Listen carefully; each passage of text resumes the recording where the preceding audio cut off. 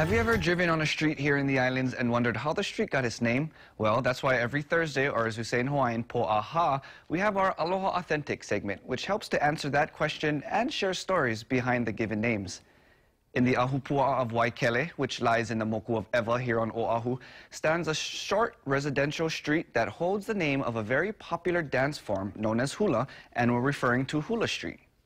Today, hula is popular around the world, but in ancient Hawaii, hula is a sacred healing art form that uses the body to preserve and perpetuate stories of old.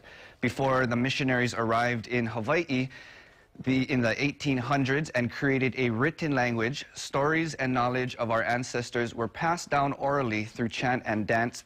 Today, hula is a worldwide attraction that is danced and taught around the globe. Nowadays, students can study the art of hula under a kumuhula or a hula teacher for a number of years to eventually grow in ranks and status in the hula world. However, in ancient days, it took a lifetime of studying hula, memorizing oli or chants, learning about plants, gods, deities, elements, and much more to become a master in the art. Did you know? Now you do.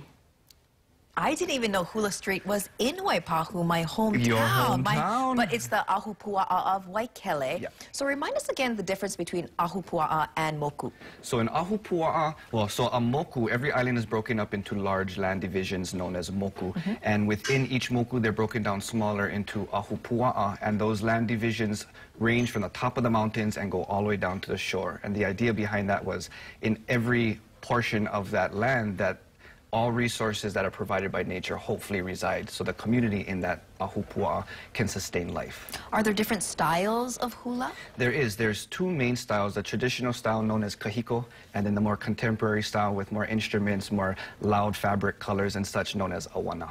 And is kahiko the more, I guess, fast version that we see? It depends in the different traditions that you learn from. Some traditions are much more fast-paced, much more rigorous, while some kahiko traditions could be a lot more slower. Okay. It just depends on where their lineage comes from. And what kind of implements are used in hula?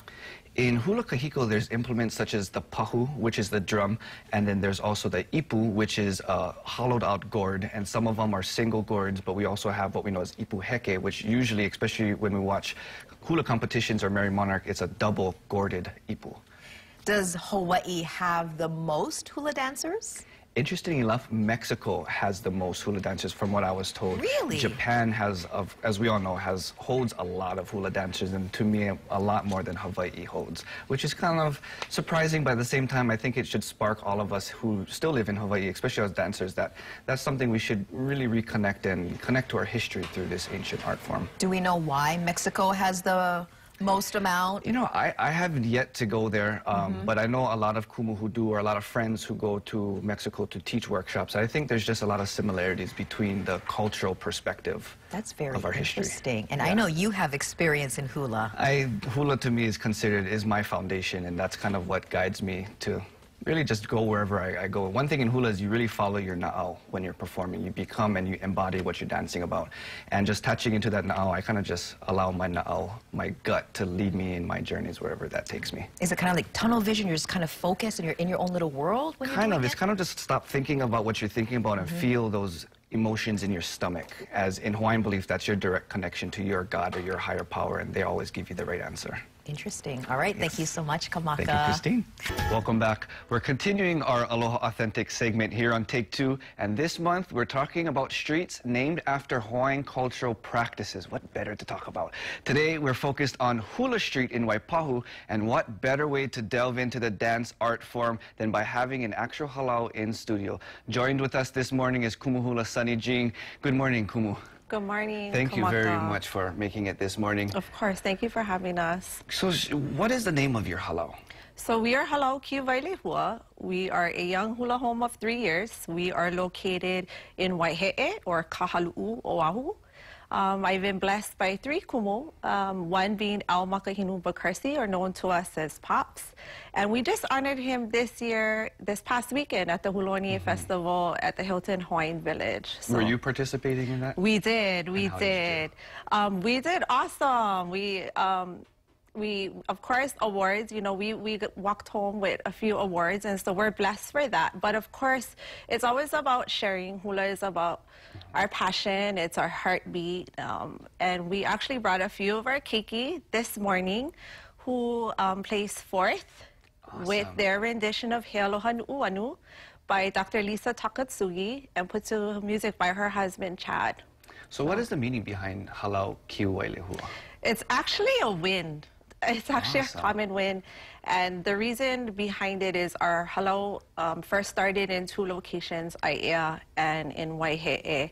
So it was a common wind that brought us together as one heart, as one soul. And so, but the kauna to it is that our dancers are strong in heart, yet graceful in movement. And for those who don't know, kauna means the hidden meanings and everything behind the actual what you see. So for you, it could be a very complex question, but in 30 seconds or so, what does hula mean to you? Wow. Okay, so hula is my heartbeat. Hula is my thoughts. Hula is my emotions. Hula is definitely a lifestyle. It is something that is very important and is taught in our halau, that it's not a season, it's not a baseball season. It is something that they need to commit their lives to. It's something that I commit my life to, my family does as well. And it is something that we ask all of our dancers that walk through our doors to do so as well. Well, thank you very much. Very appropriate. The word pahu, which is a drum, also means the heartbeat, so that's very appropriate for this. And we want to just get straight to it. We do have her haumana here to do the performance. So with that being said, Ena haumana, let's take it away.